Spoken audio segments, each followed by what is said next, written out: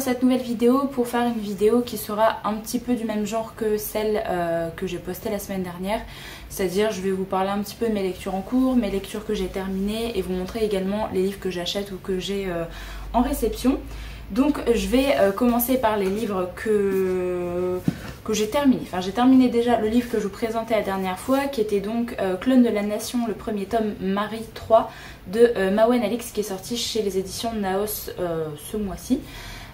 Donc là on est dans un livre de SF puisque on est en 2045 et on va suivre Marie qui vient de terminer le lycée et en fait elle attendait une réponse pour savoir dans quelle université elle allait pouvoir rentrer et elle a eu une réponse comme quoi elle pouvait aller à l'université Pierre et Marie Curie sur Paris. Donc elle est très contente parce qu'elle va pouvoir y aller avec sa meilleure amie et donc voilà, elle va préparer ça pour la rentrée. Là on est juste avant l'été. Sauf que tout va pas forcément se passer comme prévu puisqu'il va y avoir des petits problèmes qui vont arriver jusque chez elle. On est dans une société où vous avez les intelligences artificielles qui sont très présentes dans la vie de tous les jours. Vous avez par exemple tout ce qui est Siri, Alexa et compagnie qu'on connaît nous, c'est vraiment très poussé. Vous pouvez vraiment vous reposer énormément sur ce genre d'intelligence artificielle pour plein de choses. Et notre perso principal qui est donc Marie n'a pas forcément d'IA comme ça puisque ses parents lui ont toujours dit que c'était pas forcément très bien d'avoir une IA comme ça parce que on donnait beaucoup d'informations aux sociétés informatiques qui possédaient en fait ces IA. Donc les parents en fait de Marie lui ont toujours dit si jamais tu veux avoir une intelligence artificielle, eh bien tu la codes toi-même parce que du coup Marie est très intéressée par tout ce qui est informatique, physique, etc. Donc avec sa meilleure amie, ils ont codé Clélia, qui est une IA uniquement pour elles deux. Donc elle est vraiment coupée du réseau des autres intelligences artificielles. Elle a vraiment son réseau à elle, ce qui fait qu'elles ont pu coder des choses qu'elles voulaient en fait tout simplement pour leur IA personnelle. Un beau jour, donc après avoir reçu ses résultats comme quoi elle allait pouvoir entrer à l'université, il va se passer des choses un petit peu bizarres puisqu'il va y avoir une sorte d'annonce de fête de l'Empire britannique puisqu'il va y avoir un avis de recherche de lancer sur 3 clones historiques et c'est assez précis. On est dans une société où il y a le clonage qui a été vraiment exploité.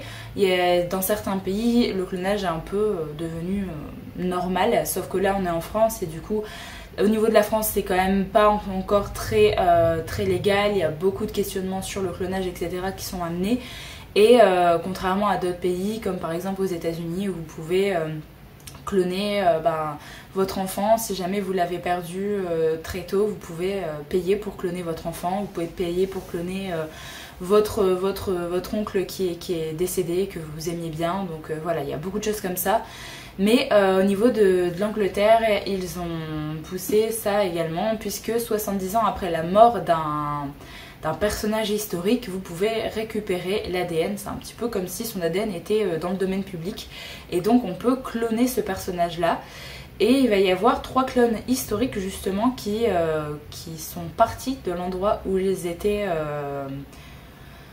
un petit peu, pas enfermés, mais presque en Angleterre. Donc on va suivre ça. Et Marie et Sam, en voyant les informations, vont un petit peu bloquer sur ça puisqu'il y a une des trois personnes qui s'est échappée, c'est clairement la jumelle de Marie. Et on va du coup commencer à la chercher elle en pensant qu'elle est le clone historique disparu alors que voilà, elle n'a rien à voir dans l'histoire. Donc on part sur ça au niveau du résumé de base. C'est un titre qui est assez mouvementé, il se passe beaucoup de choses au niveau du rythme etc. C'est très haletant, on le lit très vite. Le rythme ralentit un petit peu je dirais dans la dernière partie. Parce qu'on a des explications etc. Mais c'est pas gênant parce que du coup on a plus d'informations sur justement tout ce qui touche au clone, tout ce qui touche au clonage en général. Donc on a plus d'informations donc c'était chouette aussi. J'ai trouvé vraiment que c'était un gros plus au niveau du rythme du récit, ça se lit vraiment très vite. Le roman déjà est pas très long, il fait 300 pages et on a tellement ce côté course-poursuite qui est amené. que du coup on a envie de savoir ce qui va se passer, on a envie d'avoir les réponses en même temps que Marie. Donc c'était vraiment chouette au niveau de la lecture, et moi j'aime bien l'écriture de l'auteur. Franchement je trouve que ça se lit tout seul. Il y a des réflexions au niveau de tout ce qui est intelligence artificielle, au niveau de tout ce qui est clonage, etc. Et c'est amené, ça nous permet de réfléchir à plein de choses sans forcément que ce soit non plus trop dans le jugement, etc. Donc je trouve qu'elle fait vraiment bien les choses pour ça. Et j'ai hâte d'avoir la suite parce que du coup, c'est une duologie. Il y a le deuxième tome qui sort au mois de... Enfin, non pas au mois, en automne. Il n'y a pas encore de mois de marqué. Et j'ai vraiment hâte d'avoir la fin de cette histoire. Donc je suis vraiment très contente d'avoir pu le découvrir. Et je vous conseille vraiment de découvrir un petit peu les titres de cet auteur si vous aimez bien tout ce qui est science-fiction, dystopique avec son autre saga In Real Life. Donc voilà, c'était vraiment chouette et j'ai vraiment hâte de lire la suite, et c'est cool qu'on ait le tome 2 vraiment dans pas très longtemps. Non, je vous disais la dernière fois que j'avais une lecture audio, et c'est toujours le cas, donc c'est toujours Hyperion de Dan Simmons. Donc j'ai pas trop avancé encore vu qu'il est assez long au niveau de l'audio. Donc ça je vous en reparlerai vraiment plus tard quand je l'aurai avancé vraiment, genre je suis plus la moitié voire fini, parce que pour l'instant j'ai pas grand chose à dire, je suis toujours dans la découverte un petit peu des personnages et de ce qui se passe. Donc voilà, pour l'instant je laisse ça là et je vous en reparlerai dans d'autres vidéos je pense. Et depuis du coup que j'ai terminé Clone de la Nation, j'ai décidé d'entamer une nouvelle lecture papier, c'est Regretting You de Colleen Hoover. J'avais envie d'un truc qui se lisait bien et je me suis dit que Colleen Hoover c'était vraiment une valeur sûre. En plus de ça, j'ai essayé de piocher dans ma pile à lire du Flower Books Challenge parce que du coup je l'ai pas encore beaucoup descendu. Mais il reste encore un tout petit peu plus d'un mois là, donc j'ai plutôt hâte de lire un peu les livres que j'ai mis dedans. J'espère en dégommer quand même encore un petit peu. Donc là on est dans un contemporain drame romance comme Colleen Hoover a l'habitude de faire, puisqu'en fait on va suivre une adolescente au tout début du roman. On a un chapitre où on est 17 ans auparavant, où on va suivre Morgane qui a 17-18 ans je crois, qui sort avec son petit ami du lycée, et elle a sa sœur également qui sort avec l'un des meilleurs amis de son copain. Du coup ils traînent généralement à 4, que ce soit dans les soirées ou quoi que ce soit. Donc voilà, c'est un petit groupe d'amis, même si elle a sa sœur dans le lot. Et dans le premier chapitre en fait on a Morgane qui va découvrir qu'elle n'a pas eu sa règle depuis pas mal de semaines, et donc elle est enceinte.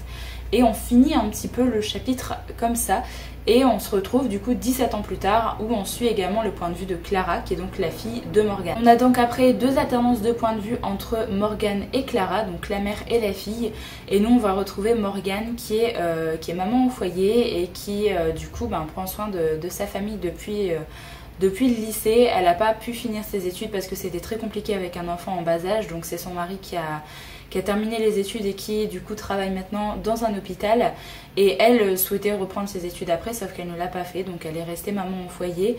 Et donc on va avoir un petit peu tous les questionnements qu'elle peut se poser, toutes les incertitudes qu'elle a depuis quelques années, et du coup on est un petit peu dans un côté un peu dépressif quand on suit Morgane par rapport à ce qui se passe.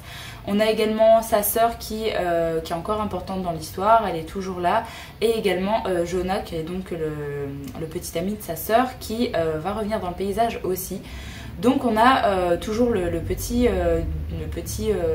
groupe de 4 amis, on va dire, qui est toujours présent. Et on a également Clara qui est donc une ado de 17 ans, et on va suivre un petit peu ce qu'elle vit. On a vraiment sa vie à elle en dehors de sa famille, donc on va vraiment avoir une autre petite histoire qui va correspondre uniquement à Clara. Et il va se passer un événement que je ne peux pas vous dire parce qu'il arrive vraiment je crois qu'à plus de 100 pages, donc c'est malgré le fait que c'est dit derrière. Je trouve qu'il faut pas lire le résumé parce que ça spoil, et que c'est vraiment cool de le découvrir dans le roman. Comme d'habitude je trouve que les résumés de Colleen Hoover derrière sont toujours trop spoilants. Donc il va y avoir quelque chose qui va se passer qui va venir chambouler toute la vie de tous nos personnages. Donc on va suivre ça. Comme d'habitude, il y a beaucoup de thèmes abordés avec Colleen Hoover, que ce soit amitié, amour, tout ce qui touche au drame. Il y a quelques trigger warnings parce que forcément c'est pas des lectures faciles. De toute façon, à chaque fois avec Colleen Hoover, il faut vous attendre à avoir le cœur brisé, il faut vous attendre à ressentir moult émotions, et pas, Il y a des émotions très positives hein, dans le roman, on est heureux avec les personnages, on ressent des petits papillons dans le ventre quand il y a une relation qui commence à éclore, etc. Mais il y a également pas mal d'autres émotions qui sont amenées. Et là c'est le cas aussi avec ce titre-là, mais voilà, je vous en dis pas plus. Pour l'instant je suis arrivée à la page 253 et il en fait 480 je crois. Donc je suis un tout petit peu plus de la moitié, donc j'ai hâte de voir un petit peu comment ça va évoluer. On a la relation mère-fille également qui est très importante dans le roman, qui a vraiment des hauts et des bas, mais un peu comme dans toute relation de base, hein, pas forcément que la relation mère-fille, mais du coup je trouve ça assez intéressant d'avoir ce contexte-là dans ce livre-là. Donc j'ai hâte de lire la suite et comme d'habitude ça se lit tout seul, donc j'espère bien l'avancer aujourd'hui et peut-être le terminer demain. Comme je ne me mets pas la pression de me dire je vais le terminer aujourd'hui parce que je me remets à lire des romans depuis peu, donc j'essaye d'y aller petit à petit, j'essaye de me concentrer comme ça, des petites demi-heures de lecture où du coup j'avance dedans et comme ça se lit très très vite, ben, c'est cool d'avoir vraiment le fait que j'avance dans le roman et que je le termine bientôt.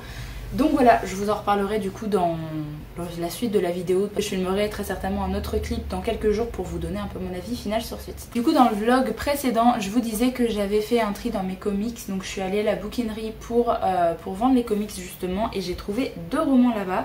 2 romans de chez Charleston. Alors un qui me tentait énormément parce que le résumé me tentait beaucoup. Et le deuxième parce que c'est lié à l'autrice, voilà tout simplement. Alors celui qui me tentait énormément, il est déjà sorti en poche si jamais vous voulez, il est sorti en poche au mois de mai si j'ai pas de bêtises. C'est Les Devis de Lydia Bird de Josie Silver, donc qui est sorti chez Charleston. Alors pour ce qui m'intéressait moi dans ce livre là, c'est parce que je me demande si on a un twist SF ou si on est plus dans tout ce qui est psy. Parce qu'en fait on va suivre Lydia qui vit un amour fou avec Freddy depuis 10 ans. Mais un terrible accident de voiture lui arrache l'homme de sa vie, le cœur en miettes, Lydia se laisse sombrer. Jusqu'au jour où un véritable miracle la sort de sa torpeur, après avoir pris un somnifère, elle se réveille aux côtés de Freddy bien vivant. Alors Lydia se met à vivre pour ses nuits, pour profiter de chaque seconde dans un monde artificiel où elle vole les instants magiques qui auraient dû être les siens. Mais jongler entre 2 réalités à un prix et Lydia s'éloigne chaque jour un peu plus du monde des vivants, pourtant dans le monde réel où elle apprend à vivre sans Freddy tout est encore possible à condition qu'elle décide d'y rester. Donc j'ai plutôt hâte de voir vers quel genre d'histoire on va partir. Ça me tente plutôt bien, j'ai bien envie de le lire cet été, donc voilà, il est sorti en poche du coup si jamais ça vous intéresse. Et le deuxième titre que du coup j'ai trouvé à ma bouquinerie, c'est clairement pour l'autrice parce que j'ai déjà lu 3 romans d'elle. Et j'en ai un autre d'ailleurs encore dans ma pile à lire. Mais celui-là il me semble qu'il est sorti il n'y a pas longtemps. Je sais plus quand. Il est sorti en 2021. Donc vraiment il date il n'y a pas très très longtemps. Et ça me tentait vraiment bien vu que c'est un livre de Clarissa Bard, donc c'est À la lumière de nos jours. Donc j'ai vraiment trop hâte de le lire parce que j'avais vraiment beaucoup aimé les autres romans que j'ai lus d'elle. Alors j'ai lu 2 romans qui sont des comédies de Noël, j'ai aussi lu Les Lettres de Rose que j'avais vraiment beaucoup aimé. Je trouve que sa plume elle est assez addictive et malgré le fait que c'était un petit pavé de 500 pages, je l'ai quand même lu très rapidement et c'était vraiment très chouette, donc j'avais hâte de découvrir un peu d'autres titres d'elle. J'ai La femme au manteau violet dans ma pile à lire et du coup les 2 là me tentent beaucoup. Là on est en 2013, après de longues années d'absence, Julia débarque dans sa famille paternelle au plein cœur de la Touraine. Fraîchement renvoyée du célèbre concours de pâtisserie pour lequel elle travaillait, dévastée par le récent décès de sa mère, la jeune femme est complètement perdue. Mais les dernières volontés de sa mère sont claires, Julia doit renouer avec son père, retrouver ses proches et partir en quête de son héritage. Accueillie à bras ouverts par sa grand-mère Suzette, qui rêve de la voir reprendre la pâtisserie familiale, la jeune femme se retrouve rapidement plongée en cœur de l'histoire de 3 générations de femmes qui l'ont précédée. Des faubourgs parisiens des années 20 en passant par les heures les plus sombres de l'occupation, les secrets d'une famille mais aussi de tout un village éclatent l'un après l'autre. Et c'est peut-être à ce prix, une fois que les blessures du passé guéries, que Julia pourra avancer dans la lumière. Donc voilà, j'ai vraiment hâte de le lire. Après il est énorme celui-là, il fait quasiment 600 pages. Donc ça va faire pas mal de temps de lecture aussi. Mais j'aime bien la couverture, elle fait très estivale. Donc je me tâte à potentiellement le mettre dans ma pile à lire d'été. Parce que je commence à regarder un petit peu justement les livres que j'ai pour cet été. Pour me faire une pile à lire estivale. Donc là j'ai encore le Flower Book Challenge qui est fini fin juin. Donc j'ai encore ma pile à lire que je m'étais préparée pour tout le mois de juin. Mais du coup pour cet été je commence déjà à essayer de repérer les titres que je pourrais potentiellement mettre dans une pile à lire pour juillet et août. Il y a pas mal de livres de poche que j'ai envie de lire là cet été, donc je vais essayer de voir si je peux pas en dégommer quelques-uns parce que les livres de poche ça prend pas beaucoup de place, mais du coup au final ça fait pas mal de lecture quand même. Et c'est toujours pratique de glisser ça dans le sac pour cet été. Donc voilà, de toute façon je vous ferai une vidéo pile à lire estivale je pense. Donc voilà pour mes 2 achats au niveau de la librairie et je suis vraiment contente parce que ils sont nickel. Donc c'est plutôt chouette quand on trouve des livres comme ça. Donc j'ai plutôt hâte de les lire et celui-là normalement je vais peut-être le lire en lecture commune. Donc voilà, ça me permettra de le sortir cet été. Donc voilà pour ce premier clip dans cette vidéo. Je vous retrouverai du coup dans quelques jours pour vous donner un petit peu mon avis sur potentiellement Regretting You que j'aurai terminé et peut-être un autre livre que j'aurai démarré. Alors je vous retrouve quelques jours plus tard pour clôturer le vlog et du coup vous donner mon avis sur Regretting You que j'ai enfin terminé. Donc c'est le livre que je vous présentais dans le clip d'avant. Je vous avais fait un résumé déjà bien comme il faut, donc je vais pas rajouter davantage de choses par rapport au résumé parce que sinon je vais vous spoiler l'histoire. Je voulais vous donner mon avis final. J'ai plutôt bien aimé, c'était vraiment une bonne lecture. J'ai trouvé quand même quelques longueurs à la fin. C'est pas le roman de Colleen Hoover que je préférais, que je mette dans mon top de ces romans parce que l'histoire m'a un peu moins touchée que ce que j'ai été touchée par exemple avec Jamais plus ou d'autres titres de l'auteur. Et voilà, j'ai trouvé que c'était un petit peu long sur la fin, mais sinon c'était quand même une très chouette lecture. J'ai bien aimé l'histoire, j'ai bien aimé l'évolution des personnages, j'ai beaucoup aimé la relation mère-fille qui est présente dans le roman parce que c'est pas une relation qui est très facile, qui est très linéaire, il se passe beaucoup de choses entre elles et c'était très chouette d'avoir un point de vue comme ça en fait au niveau d'une relation mère-fille. Et voilà, j'ai pas grand chose d'autre à vous dire, mis à part que c'était chouette. Ce sera pas dans mon top ni dans mon flop de Colleen Hoover, mais c'était une lecture assez sympathique. C'est pas le roman de Colleen Hoover qui va vous tenir en haleine, c'est pas le roman que vous allez dévorer forcément en une journée, parce que l'histoire est faite justement pour ne pas être non plus trop addictive. Enfin, il n'y a rien de vraiment haletant au niveau de l'histoire, c'est vraiment une histoire qui prend quand même son temps au niveau des sentiments des personnages, donc c'est fait comme ça, je pense, c'est voulu par l'auteur. Donc je suis quand même contente de l'avoir découvert parce que de toute façon vu que je veux un peu découvrir tout de cet auteur. Donc voilà, je pense que je vais peut-être attendre que Layla sorte en poche également pour le lire. Mais il y a également son tout dernier roman, La Corps et âme, que j'ai bien envie de découvrir aussi. Donc, ou alors il faudrait que je regarde si je me les trouve en occasion pour essayer d'avancer dans les Colleen Hoover. Sinon j'ai essayé d'avancer dans l'audio d'Hyperion. J'ai l'impression que c'est pas le moment pour moi de le lire parce que je suis pas intéressée par l'histoire pour l'instant. Ça me donne jamais envie d'y retourner, alors que pourtant en lecture audio généralement je les lance vraiment très souvent parce que pendant que je fais la moindre petite tâche ou quoi que ce soit, ou pendant que je prends ma voiture pour aller à un endroit, je mets une lecture audio et ça passe tout seul normalement. Là, j'ai du mal en fait à être à fond dans l'histoire. Pour l'instant, je suis pas intéressée plus que ça par ce qui se passe. Donc, je vais le laisser en pause et on verra bien si je le reprends à un moment. Mais pour l'instant, c'est pas très concluant. Alors sinon, j'ai fait un petit achat pour justement une lecture commune que normalement je vais faire la semaine prochaine.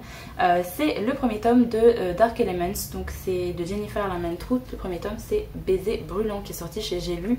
Je vous avais parlé dans ma vidéo précédente des sorties du mois de juin, je crois. Et en fait dans les sorties du mois de juin il y a justement un premier tome d'une trilogie de Jennifer Larmentrouth, mais qui est techniquement un spin-off de cette série là, donc il faut avoir lu cette série là avant. C'est pas mon cas, je l'ai pas lu du tout cette trilogie, donc la trilogie Dark Elements, et du coup je voulais lire tranquillement la trilogie avant la sortie de l'autre saga. Donc fallait déjà que je me procure le premier tome, donc c'est chose faite. Comme d'habitude c'est des romans qui font à peu près 400 pages et j'espère que ça va se lire assez bien comme ces autres romans. On est dans du fantastique avec un peu de romance comme l'auteur a l'habitude de faire. Et on va suivre Layla qui est un être unique. Non seulement ses baisers sont capables de tuer n'importe qui ayant une âme, mais elle est aussi la seule représentante de son espèce, mi-gargouille, mi-démon. Or, quand on a grandi au sein d'un clan de gardiens chargés d'anéantir les créatures démoniaques pour protéger l'humanité, mieux vaut faire profil bas et cacher ses sentiments, en particulier auprès du charmant Zane qui la voit davantage comme une petite sœur. Lorsque Layla rencontre Ross, un démon aussi dangereux que séduisant, la liste de ses priorités change quelque peu. En effet, ce dernier prétend connaître tous ses secrets, notamment celui de ses origines. Voilà, ça a l'air assez chouette, en plus avec des créatures qu'on voit pas forcément, mi-gargouille, mi-démon. Donc j'ai hâte de voir ce que ça peut donner, et je sais pas vraiment si du coup l'autre saga qui va sortir le mois prochain est basée sur peut-être un personnage qu'on voit dans cette trilogie, ou alors est-ce que c'est juste la suite au niveau temporalité, je sais pas. Mais j'ai vu que c'était un spin-off, donc voilà, j'ai pas envie de me spoiler cette saga, sachant qu'elle me faisait très envie, que j'avais très envie de la découvrir, donc je me suis pris et normalement je le lis la semaine prochaine. Du coup sinon au niveau lecture en cours, je vous ai posé une petite question sur Instagram parce qu'il y a 4 romans qui me faisaient envie, qui étaient dans ma pile à lire pour le Flowers Book Challenge, et je savais pas vers lequel me tourner après Regretting You. Je vous ai laissé voter sur Instagram et il y a 2 romans vraiment qui sont sortis à 4 voix d'écart. C'est Le sang et la cendre de Jennifer Lamantrud justement, et L'étrange traversée du Sardane de Sorterton. Du coup, j'ai fait choisir mon conjoint et il m'a choisi celui-là parce que je savais pas lequel prendre entre les deux. Et c'est vrai qu'il m'a dit au moins celui-là c'est un one-shot, donc pour l'instant tu n'avances pas une nouvelle saga. Mais de toute façon, Le sang et la cendre, je vais également le découvrir, je pense, au mois de juin. Donc là j'ai commencé L'étrange traversée du Sardane, qui est du coup le nouveau roman de Stuart Turton, l'auteur des 7 morts d'Evelyn Hardcastle, que j'avais vraiment adoré. Vraiment, je pense que ça fera partie de mes romans un peu préférés de tous les temps, tellement j'avais vraiment beaucoup aimé cette lecture. Et donc là j'en suis page 65, après c'est un énorme pavé, il fait 580 je crois, non 570 pardon. Donc j'en suis que là pour l'instant. L'histoire met un peu de temps à démarrer parce que en fait on va sur une traversée d'un bateau qui va justement de Batavia, de l'île de Batavia jusqu'à Amsterdam. Sauf qu'il va y avoir un petit événement qui va se passer juste avant l'embarquement, où il va y avoir un homme lépreux qui va commencer à monter sur une caisse et à dire que le Sardane est maudit, que du coup si jamais vous montez sur le bateau pour faire cette traversée, il n'y a personne qui s'en sortira, etc. Donc ça affiche un peu les jetons à certaines personnes qui justement doivent monter dans ce bateau, notamment la femme du gouverneur, c'est ça je crois, la femme du gouverneur qui essaye du coup de faire un petit peu retarder le bateau, l'embarquement, parce qu'elle a un petit peu peur de ça, elle est un petit peu superstitieuse aussi. Et il y a également un prisonnier qui est présent dans cette traversée. Vous avez le nom des personnages de toute façon qui est écrit juste ici pour essayer de vous remémorer qui est qui. Vous avez des dignitaires assez importants, des passagers notables. Il y a également le nom de quelques officiers supérieurs, de membres d'équipage, et le prisonnier qui est Samuel Pepys, qui est du coup un prisonnier où on ne sait pas grand chose au début. Il ne sait pas vraiment lui-même pourquoi il est prisonnier, mais en fait on l'amène justement à Amsterdam. Donc on ne sait pas trop grand chose de lui. Je pense qu'on va vite découvrir de quoi il s'agit. Mais de ce que j'ai compris, il est plus ou moins lié au gouverneur, enfin sa situation de prisonnier est liée au gouverneur du coup qui embarque également sur le Sardane. Dans la 4e de couverture, on nous dit qu'il va y avoir des choses assez étranges qui vont se passer lors de cette traversée, notamment peut-être des choses un peu fantastiques, avec un symbole de cendre qui va apparaître sur la grand voile, une voix terrifiante qui va se faire entendre dans la nuit, les phénomènes surnaturels se multiplient. J'en sais pas plus et pour l'instant ils n'ont pas encore vraiment pris le large, donc j'attends de voir un petit peu comment ça se passe par la suite. Je trouve que le début est un petit peu lent et en même temps, vu qu'on met en place les personnages, je suis pas contre non plus que l'auteur prenne son temps, parce qu'une fois que ce sera mis en route, on va pas forcément revenir sur la description des personnages. Donc là j'apprends à connaître un petit peu les personnages importants de l'histoire. Et pour l'instant ça me plaît bien. Moi j'adore les histoires qui se passent sur un bateau, qui se passent en mer. C'est vraiment ce genre d'histoire que j'aime bien. Et avec Stuart Turton, je sais que je vais être surprise par la fin, je vais être surprise par le dénouement de l'histoire. Donc j'ai hâte d'avoir toutes les clés de l'histoire à la fin de ce roman. Je pense que je me ferai encore des petites théories, comme je me suis fait des théories avec son autre roman, c'est ça qui est chouette aussi.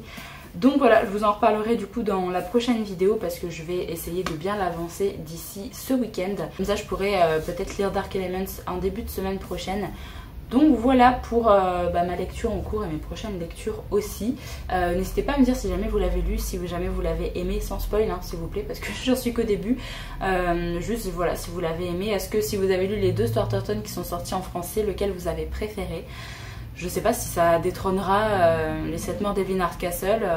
J'aime beaucoup les histoires qui se passent en bateau, en mer, mais j'avais vraiment adoré l'autre roman de l'auteur, donc je ne sais pas si ce sera le cas, mais en tout cas j'ai plutôt hâte de continuer ma lecture et je ferai ça aujourd'hui. Voilà un petit peu pour ce que je voulais vous dire dans la fin de cette vidéo. J'espère du coup qu'elle vous a plu, que j'ai pu vous faire découvrir certains titres. Du coup je pense que je ferai ce format un petit peu là comme ça toutes les semaines si jamais j'y arrive, en vous parlant de mes lectures, potentiellement des achats, des réceptions, etc. Je trouve que c'est plutôt une bonne idée de vidéo. Au moins je me pose et je vous parle tranquillement.